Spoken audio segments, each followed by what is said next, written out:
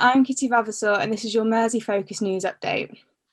A 17-month-old baby is recovering in hospital after being attacked by a dog. The incident took place on Sunday afternoon in Marion Gardens in Liverpool. The boy is being treated for non-life-threatening injuries after being airlifted to hospital. Merseyside police say that the dog has been seized and its owner taken in for questioning. Dorothy Perkins, Wallace and Burton are the latest high street stores to face closure after fashion retailers Boohoo announced a £25 million deal to buy the online arm of the businesses. The move leaves 2,450 members of staff facing redundancy, with Merseyside stores amongst the 214 shops due to shut permanently in the next few weeks. 2 people have been arrested at a gym in Speke for breaching COVID restrictions. A further 52 people were given fines after police received reports that the gym was open. Deputy Chief Constable Serena Kennedy says that by continuing to operate, the owners of this gym would put themselves and their customers at risk of catching and spreading COVID at a time when we all need to work together. It's been announced that 3 female Labour candidates have been shortlisted to become the next mayor of Liverpool later this year. The leadership election is being held to replace the previous mayor of 8 years, Jo Anderson. Whoever is selected will make history as the city's first female mayor. Zoe Wheeler reports. Wendy Simon, Anne O'Byrne and Anna Rothery are all hoping to take the title of Liverpool City's mayor in the next couple of months. The candidates have made it through an interview process already and will now be hoping to score enough support to be voted in. Anna Rothery, the Lord Mayor, has been gaining a lot of support from campaigners who hope that she will make history as the city's first black female mayor. As a Scouser and as a black woman in England, it's very hard to place yourself and to have any role models in leadership positions.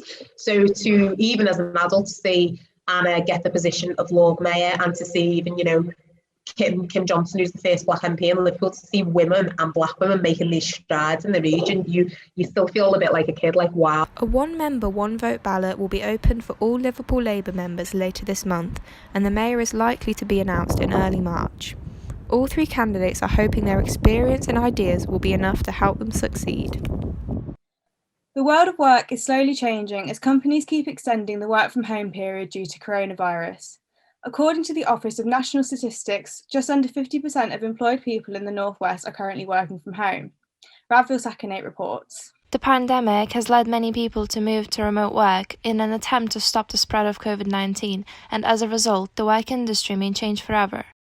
I think working remotely makes a lot of sense. I think I don't think it's sustainable for so many people to be driving to an office every day, and I think if you're working with an international team, then in all likelihood you won't be working in the same office as them anyway. So why not just work from home? The number of people working from home has doubled in the UK since the first lockdown, and it turns out people can be just as productive working remotely as working in an office.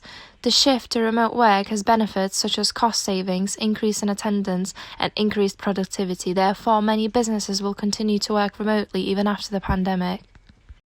I hear a lot of stories of commercial offices that were sort of very expensive in city centres, and they're all kind of making big reassessments now about do they really need to pay millions of pounds every year to rent commercial premises when people are just as productive at home. Although it may not be ideal for everyone, remote work may forever change the work industry and save companies a lot of money as they won't have to rent offices anymore. A Manchester food bank is calling on the government to do more to help charities like themselves. Compassion Food Bank says it's struggling to provide enough for the growing numbers of people needing their help.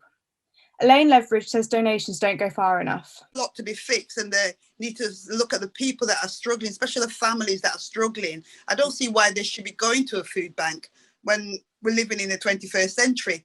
There should be help from the government, not from food banks setting up, because we're like an independent food bank and we've been doing it for a while.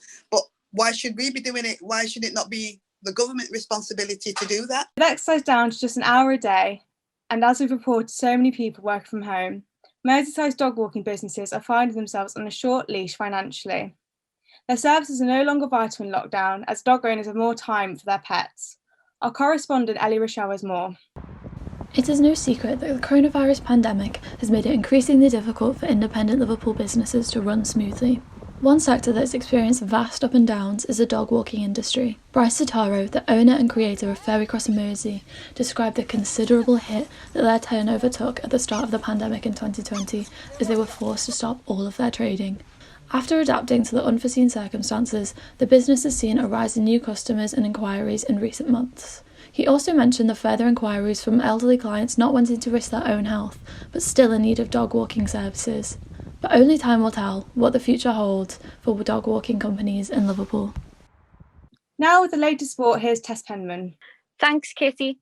Liverpool lose 3 consecutive games at Anfield for the first time since 1963 after last night's 4-1 defeat to Man City. Securing a top 4 spot is now their target after Man City's 10-point lead at the top of the table crushes Liverpool's hopes for a title race.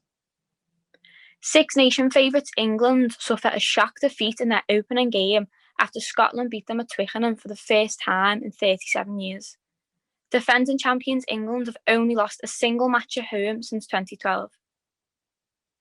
Tom Brady becomes the oldest quarterback to win a Super Bowl after the Tampa Bay Bucks smashed the Kansas City Chiefs 31-9. The 43-year-old threw 3 first-half touchdowns to win the Bucks their second ever Super Bowl and his 7th Super Bowl ring. Now back to Katie with the weather. It's an overcast, drizzly afternoon in Liverpool with light rain. Heading into the evening, temperatures will reach freezing. That's it for now. For more of these stories, go to merseyfocus.wordpress.com.